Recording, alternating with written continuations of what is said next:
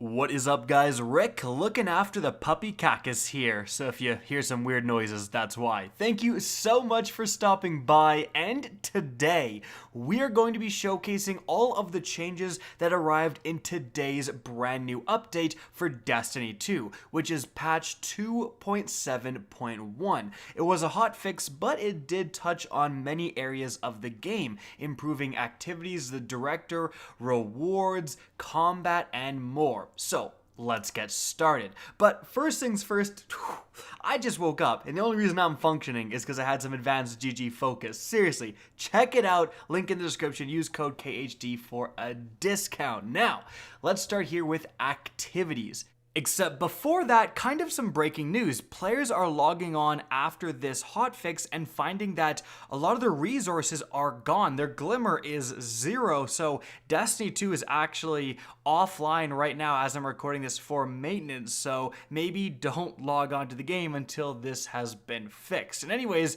to activities.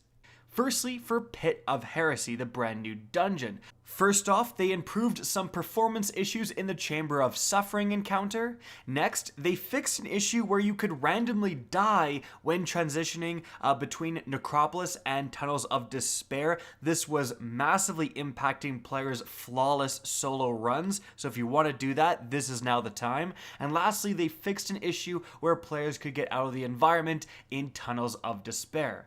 Moving on to the Garden of Salvation raid. Some interesting changes here, actually. So firstly, they improved a performance issue that could occur when chunks of land return or are removed during the Sanctified Mind encounter, but they also improved the visual indication for whether a tether source hub is on or off. I know myself, not wanting to be tethered and suddenly being tethered has definitely been an issue in raid runs before.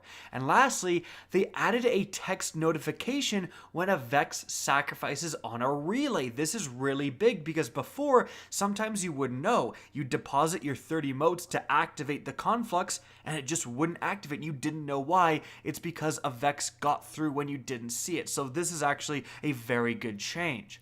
Moving on to Nightfall the Ordeal. They actually reduced the weekly completions needed to bring it in line with other challenges. So players now need to complete 3 completions on Adept, 2 on Hero, or 1 on Legend or Master to get the challenge.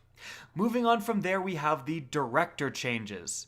So, players can now shortcut directly to their roster by selecting their empty fireteam slots or by invoking the roster shortcut on director map screens. Also, when an activity is selected, fireteam leaders can navigate left and right to get quests and roster respectively, and then back to return to the selected activity.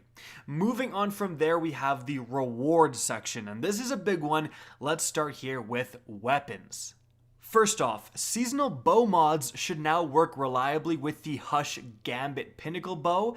They fixed an issue where Onslaught for the Breakneck would reduce damage at ×2 Rampage stacks despite not increasing rate of fire. It's also apparently buffed in this update as well. Next, they adjusted scope feedback and camera shake on the hard light exotic auto rifle firing, so it should be easier to land shots with. The Ariana's Vow no longer gets more ammo when swapping from other special ammo weapons in Gambit. Starting ammo in Gambit increased from 6 to 10 actually though. Also, they fixed an issue where swapping from Two-Tailed Fox to another power weapon would generate more ammo than intended. They fixed an issue where Leviathan's Breath started PvE activities with more ammo than intended, and the same thing for the Xenophage. Alright, moving on from there, we have the armor section, and there was a lot of changes made here. First off, the Empowered Finisher Season of Dawn mod will no longer consume super energy if you do not have a mod equipped that is capable of benefiting from the Charged with Light buff. The Ever Ready Dawn mod will now stack correctly with weapon dexterity leg armor mods applicable to the weapon it covers. The Heavy-Handed Dawn mod will no longer trigger after the death of Telesto bolts, always the Telesto, increased the number of enemies that must be near the player to trigger the ammo granting benefit from 2 to 3. That is a very big deal. The heavy-handed mod is the key component in both the infinite ammo shotgun build and the infinite ammo fusion rifle build that just became a possibility with the Bastion. It allows you to run double shotguns or double fusion rifles, and as long as you get kills while surrounded, you get ammo back. But now it's going to be a little bit more difficult. You need to have more enemies around you. So those builds are going to be a little bit less reliable after today. Moving on from there, several class item armor mods will now correctly provide diminishing returns when multiple copies of the mod are equipped. These mods include Perpetuation, Innervation, Invigoration, Insulation, and Absolution. Big news also today, the Worm God Caress and Winter's Guile exotic gauntlets for the Titan and Warlock respectively no longer retain the status of their buff if the armor piece is unequipped, and that means that they're now available to use again. They were actually kind of banned from equipping in the game. So that's exciting news, and definitely expect some bonkers melee builds coming to the channel with those two exotics soon. Moving on from there, the perk on the Syncoseps now deactivates immediately when the armor piece is unequipped. The Transcendent Blessing Outlaw mod will now correctly appear in players' inventory. Previously, it would only be visible in the mod Flyout when socketing a mod. That's actually good news because you kind of want to load up on Transcendent Blessing sometimes when you're doing, for example, Last Wish.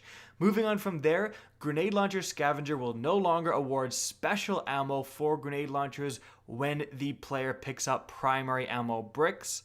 The Last Finisher removed from favorites will no longer override the fallback default class finisher. The Giddy Laugh rare emote now has a valid icon and can be selected for equipping on the emote wheel. The Shadowkeep campaign exotic armor no longer has a potential to show up in Xur's weekly inventory because you are almost guaranteed to get it. The Gunsmith now properly assesses the owned status of Unflinching Machine Gun and Unflinching Hand Cannon mods. Moving on to power and progression. Firstly, they fixed an issue that caused the amount of experience earned not to show up next to the experience progress bar. They changed the progress bar description on the weekly strike challenge from bounties completed to strikes completed. Here's a big one. Completion values for some of the Destination Obelisk weekly bounties have been reduced. So hopefully you won't have to do 30 patrols. Now it's down to 20 or whatever that is. And that's actually great news for those of you who haven't upgraded all their obelisks. This is a great time to farm those weekly bounties, get that fractaline, and get that done.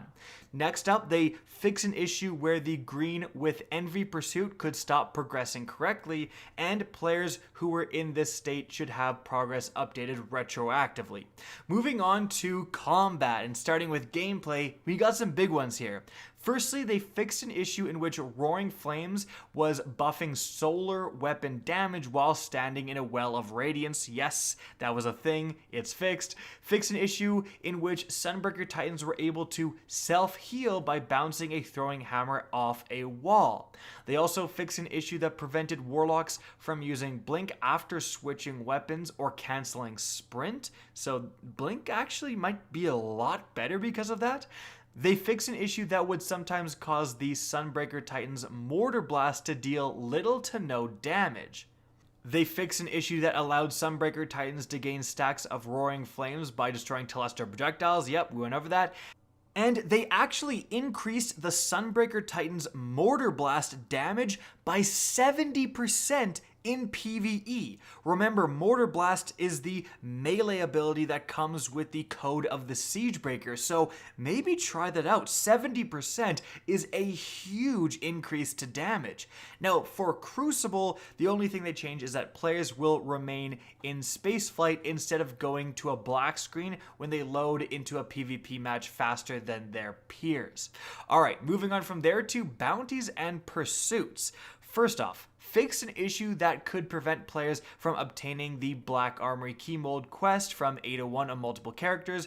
The acquisition of Black Armory rare bounties significantly improved. Players that complete all available weekly and daily bounties will acquire a rare bounty within 5 days. So you now have a guaranteed chance to get a rare bounty, which you need for getting the Izanagi's Burden exotic sniper rifle, one of the best exotics in the game.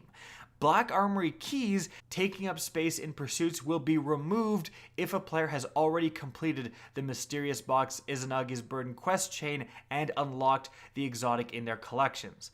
Also, the Gambit Prime Collector bounty will now progress from picking up Moon destination materials. They also fixed an issue affecting the newest sorting portion in pursuits. And there was also some general changes. I'll put them up on screen, but nothing too big, so I won't be going over all of them. So, some pretty darn interesting changes. Definitely the fact that the Wormhusk and the Winter's Guile coming back are big deals, and the Hardlight and the Breakneck getting buffed is awesome. Not to mention, those changes and those fixes to certain Season of Dawn mods are actually going to impact you pretty significantly. Some of them are more reliable and will work properly more often, and some of them are a little bit worse. Definitely going to impact certain builds. In any event, guys, that is it for the video. I hope you enjoyed, found this informative, and if you did, please remember to help me out by simply rating and especially sharing this video. If you guys want to see more Destiny 2 content similar to this, don't be afraid to slap that subscribe button. If you want to get in touch with me and keep up to date with the latest channel activity, the best way is to follow me on Twitter at RickKackis. Again, I hope you enjoyed the video, and as always, have a good day.